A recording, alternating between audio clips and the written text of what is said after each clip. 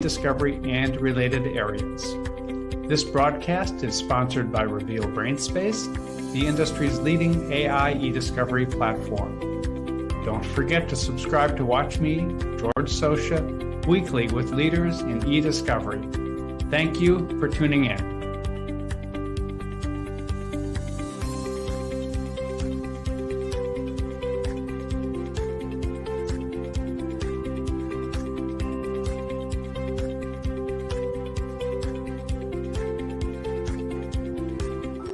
Welcome to eDiscovery Leaders Live, hosted by ACES and sponsored by Reveal.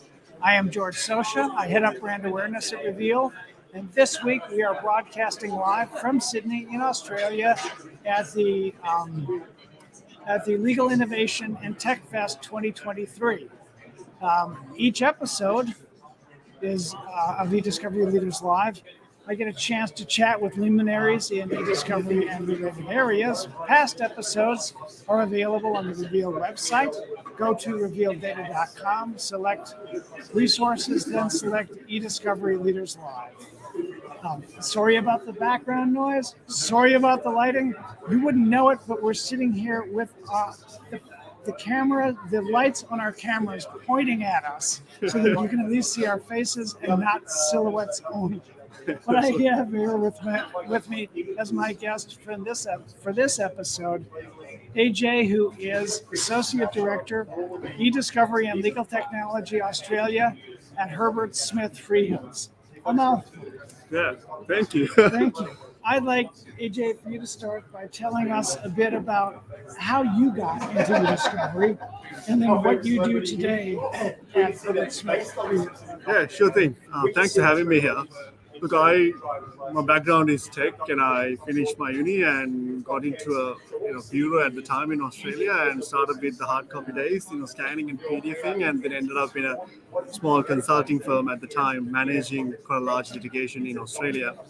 And the owner of the business happened to train me on a platform that they had at the time, and never turned back. And here I am, running a group now within HSF after 13 years with HSF as well. I've been in the industry for 17 plus years and with HSF for 13 years now. And yeah, I have the responsibility of making sure that we're getting enough work, I guess, from an e-discovery legal technology perspective, and leading a global team with my responsibility goes to Australia as Asia as well. And seeing the changes with the tech, it's been a really fascinating journey so far, and I've never wanted to leave, I guess, because of that. And we were just talking before about, did I ever study for e-discovery? Not at all.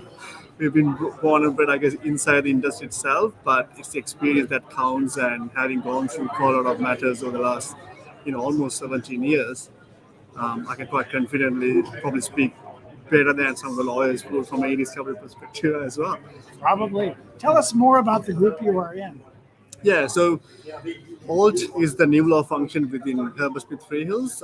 It's been established about 12 years ago, and we are a multidisciplinary team. We've got the data analysts, the technologists, and lawyers as well. So we provide from managing documents, managing the platform, supporting on legal review, supporting on contracts review, the whole full circle document management from a legal service delivery perspective is handled by ALT. And we're a global team of over 350 and headquartered in multiple cities, I guess, including Australia and London, but quite a large team globally. And from a technology stack perspective, we have multiple technologies that we leveraged to date for different things, and that's really what has kept the group going, because we always bring in new tech and trying to deliver services in a different way to our clients. And it's been quite an exciting journey so far. And leading a large group is brings its own challenges, but having the multidisciplinary has really given us that edge to create that differentiator between us and the competitors as well. The previous guest, Phil Smith, from Ashurst, was talking about the differences he sees between those types of teams with Australia law firms as opposed to, say, US or UK only firms with a much higher degree of self-sufficiency for the Australian law firms. Do you see the same type of thing? Yeah, I think that's true. Yeah. So The main difference I've seen as well is, from an in-house legal team's law firm in-house operational perspective, we have quite a big investment in our people, and it's not simply supporting the legal teams in a litigation support role as such, which I think is quite common in the US, and then they have quite strong relationship with third-party e-discovery service providers, so they are really acting as an internal hub, but the work is actually delivered by an external e-discovery service provider, which is not the case in Australia. With all the top-tier law firms, they have quite big established teams to manage the e-discovery in-house, which with that we've invested in actually having the technology within our own environments as well, and we actually build the team to manage that matter from start to end, rather than simply being intermediary in the firm and passing that communication line back out to a third party discovery service provider. So in that sense, I think Phil's right that we quite a different structure from in-house captive discovery service providers perspective. Australia is quite different, and we have our teams in US as well as in UK as well, and same setup there. We have a whole e-discovery team running the end-to-end e-discovery process, supporting legal teams and clients as well. So, yeah. So, as then part of that whole process, that must mean that you are constantly keeping your eye on what's happening in the market, what sort of new offerings are emerging, evaluating whether they seem to make sense to you, and evaluating if they do, when they make sense to you.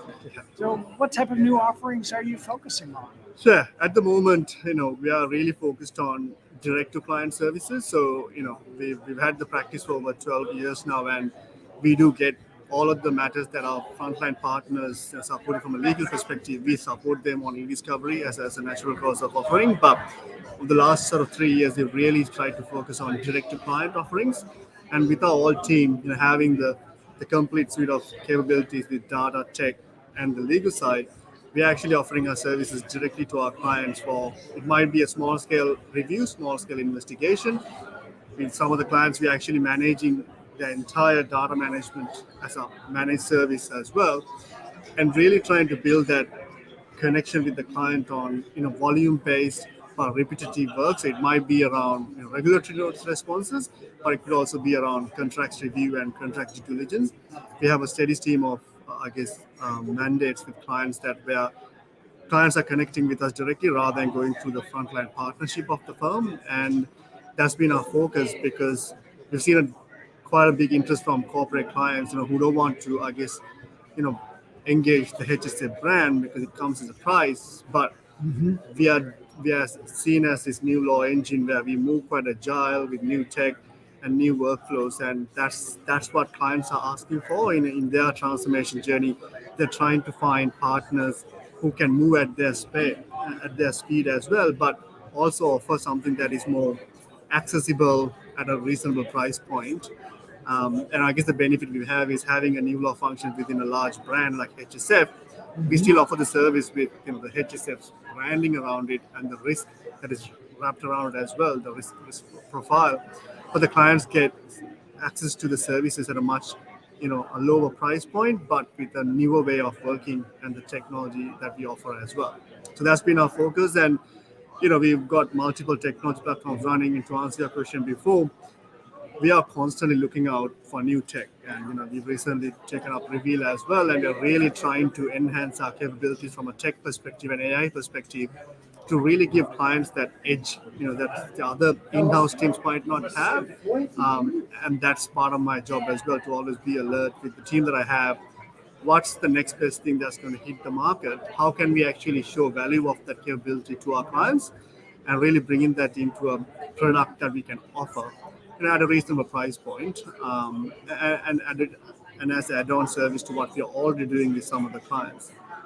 Implicit in all of that is that you have the wholehearted support of the partners in the law firm. That you're not doing an end run around them, but rather that they are supportive of all of this. Absolutely. There's always the full support. I guess when I say direct to client, we are actually making the efforts to reach out to clients. We run our own sort of sessions with the clients to really promote what we can give. And in a traditional law firm like HSF, partners, they have a busy day-to-day job Right. as well.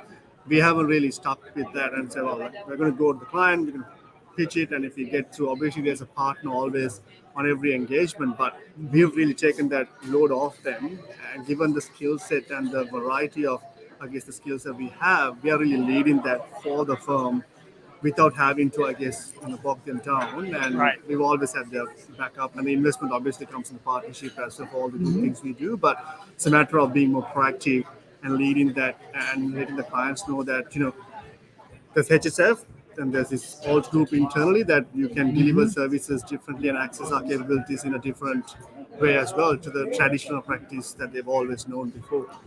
So then it sounds as if with the approach you're taking, you are taking some of the pressure off the partners themselves, because they only have so many hours in their day. There's only so much they can accomplish. Absolutely. They are, it sounds like, making clear to the clients, here is a range of capabilities within the firm, and they're demonstrating their trust in you by saying, hey, talk with these people. I don't have to be there for all those discussions. Am I reading that right? That's right. And they obviously trust the skill set and the capabilities we bring to the firm. Obviously whenever we offer something under HSF, it needs to have a certain level of standard, and the governance, the due diligence needs to be done, and they trust us with that. But I guess the main reason that we've got that support is because they know that we're offering a service probably in a adjacent sort of line, which is quite heavily driven by data and the technology and the processes around it, which is not something you would have traditionally seen in the legal advice component that HSF is known for. And everybody acknowledges that data has become this big, huge thing, and clients are having new problems that are not just simple legal advice. And that's why I think the partnership has acknowledged that we need the support of all to really lead that for them. And at the end of the day, the revenue comes to the firm. It's the revenue for the firm, and it's a good thing for the firm to build upon its client base as well. So, I mean, maybe as I think about this, one way of thinking of it is that there's the core traditional set of legal capabilities that folks would expect any law firm to offer. Yeah. And what you're providing is an additional layer around that, but it also connects into that. Yeah. That is, if you will, traditional legal adjacent. Yeah, correct. Yeah. How far do you go then in terms of adjacency? Yeah. How attenuated does it become? Yeah, no, good question. So I guess traditional law firms have always focused on that. If people know about EDRM, we would expect them to know it. So it's on the right-hand side of the chart. The legal firms have typically focused their services. Where I think we are now with our operations, we are really moving to the left-hand side. And we are also setting up our own sort of data collection capabilities as well. But even before that, when you talk about data governance, there are a lot of other client problems that are surrounded in that data governance, not purely driven by investigations or regulatory inquiries or litigation, but it's more so the other things that clients are struggling with. Hey, I don't have a document management system. Can you all help? It's not that because it's going to end up in a regulatory matter, but it's about simply they trust us for knowing documents and tech. So they're coming to us for that. So really, they're stretching our services all the way up to the left of the EDRM and really trying to find those pockets of issues that clients are struggling with, which are underpinned by data or a need for a tech solution to really, that transformation, I guess, is where we are really heading. And, some of the main products that we are trying to focus now is all driven on data rather than legal advice as such. And I think when we look at products out in the market, we're looking at products not just purely for document review and AI. It's more, what else can they offer? And that's where some of the products like Reveal have come on board as well, like more AI focused, but not pure doc review, but more adjacent services. It's the differentiator that we are looking, and that's the sort of partners we're trying to partner with from a tech perspective. So what other differentiators are you then bringing to the market? Yeah, so capability with tied into that alt, having the legal capability in-house as well. We have our data and tech people, so we are really trying to create that one-stop shop for our clients. You don't need to come for a tech and a data solution to us and then find somebody else to do the legal component. They're really trying to get them in to offer it end-to-end. And we have a global team, so most of our corporate clients have a global presence. And that's another advantage as well. We have some clients, they initiate the contact maybe in Australia, but the actual matter or the need may be coming out of Hong Kong. And we have our global coverage, and that's been great for us as well to extend that. We have a global footprint, and we can service the client's global footprint without them having to find another service provider outside as well. And that's been a critical differentiator for us as well. Right. So that I've seen, I don't know how many presentations where people will put up a map of the world and show where they have a presence. Yeah. And so part of your pitch and part of your reality is that you have a map that matches those client maps well in terms of where we're coming. Correct. Correct. That's exactly the intention, and just having the presence in different places really helps as well. So that clients, and some of the clients, their tech team might be in the US, but their legal team is in somewhere else. So it really helps having that coverage. We can have this conversation at reasonable times and show that we are together in their sort of ecosystem as well. So you get that tie-in to traditional legal services, the trust that comes with it, global coverage from being a global firm. What other differentiators do you have? The other is our platform. So a few years back, we've set up our own sort of cloud-first e-discovery platform, which I still to this day, say it's quite unique in the market, and it's a global platform as well. So we have different global platforms for different regions, so we can really honor the data sovereignty issues in region. And with that, we've built a lot of things within that platform, which really gives our clients that guarantee that your data is staying in the region where you want it to stay, but allows our teams to really operate with minimum latency and impact on performance, because that's just how the platform is set up. And the data security element around it is probably another unique aspect as well. And anyone can sign up to a SaaS product, but how we've operated the gateway into it, we have a separate portal that we built, so it's got another layer of access in the middle, and I think that's elevating that data security aspect as well, which, as you know, cyber is a real threat and clients are really worried about it. So I think we're in a good place with that as well. And law firms are an obvious target, as are major multinational corporations. So you need that additional, you really ought to have an additional layer of protection. That's right. Yeah. Law firms are doing the job for the hackers in some ways, trying to find the best documents out of 1 million documents. So you really need to protect, I guess, the most useful documents that is about to leave. It's been a big advantage for us and how we've actually developed. And even through COVID, having the platform meant our operations didn't really change, because we were always operating in a cloud-first environment and everything was there. So when people had to work from home, that really didn't mean anything to us, because we were already ready. You were COVID ready before it happened. So it was quite a success. Yeah. So as you look forward, where next? What next? For us, there are other markets we want to penetrate into. That's probably one area that I'm focused in, expanding the services, but really trying to create new products as well. Like working with some of these platforms that we build and other platforms, we're trying to create new products that can really be a plug and play for our clients, rather than not coming to the law firm as I have this massive document to review. We want to take the tech a plug and play approach, saying, hey, we have this capability, this is how we can help to create new products that underpin maybe not just one technology, but a stack of tools. That's another area we're really trying to grow as well.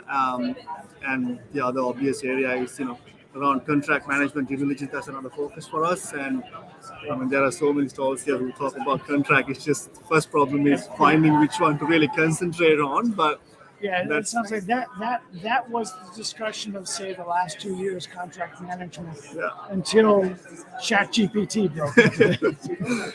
That's right. ChatGPT, there's a lot of hype. I think it's good. It's got its own way, so it's going to impact the legal services. But I think there's a way to go before we can really live with ChatGPT. It's not going to take over the world, in my opinion. I think it's really going to give some additional capabilities for in-house teams plus legal firms as well to really tap into if they're ambitious enough. And we have our own application development team internally as well, and that's the area we're really focusing. Can we leverage the large language models and generative AI to really tap into some of the core areas of pain points that the life cycle of a legal management or regulatory response, Right. and see whether we could make a differentiator, and not to sell it to the market, but to really help our clients and have that differentiator as a selling point for us. And to have a differentiator that serves a real function and isn't just there because everybody's got to have a ChatGPT something. Yeah, exactly. Right. Yeah, everybody's going to market something, or we got ChatGPT, that's for sure. But the real differentiators would be clients who are actually creating products that can actually, one, save money for our clients, but actually create a separate revenue stream out of that as well, not just something that is sitting in catching dust that can get used once in every 6 months. That's no product in my mind. It needs to be something that can be used on a very regular basis, that can be really helping clients and with the common problems that they will face. Well, any final words of wisdom here? Thanks for the future. Well, if anyone can predict the future, I'll be the last one, because no one thought ChatGPT is going to make such a hype in a short 6 months. But, one thing is helped though is that the legal teams, and particularly coming from a traditional law firm, it's really geared them up to think, AI is real. And we come from a background where trying to use continuous active learning has been a struggle in law firms, and clients haven't been as approachable on that as well. But now with ChatGPT, that's going to make it so much easier to. This is not that groundbreaking. You should always be using, continuous active learning. Let's just do it now. I think at least going to take that stigma out, and clients are going to be more ready. In-house legal teams are going to be more ready, and I think that's good for the industry. And it's only upwards from here. And I guess my last feedback is that as professionals in the industry, we just really need to do the right thing by educating our client base and lawyers on pros and cons of this, rather than just telling them here's another black box to use it. Right. We need to be able to explain what are the risks of these tools to really educate them, and I think that's when we'll have the real success of some of these tools. And even with our team, we are really trying to educate them on what not to do rather than what to do. Clicking buttons is anybody's capability these days, but how to have the conversation is really a focus in building a team. Great. Well, AJ, thank you very much for joining us today. AJ is it's a mouthful again, but Associate Director, E-Discovery and Legal Technology, Australia at Herbert Smith Freshills. I am George Socia. This has been E-Discovery Leaders Live, hosted by ACEDS and sponsored by Reveal. AJ, thanks so much for joining us. No, thank you very much for having me. It's been a pleasure. Look forward to it. Thank you.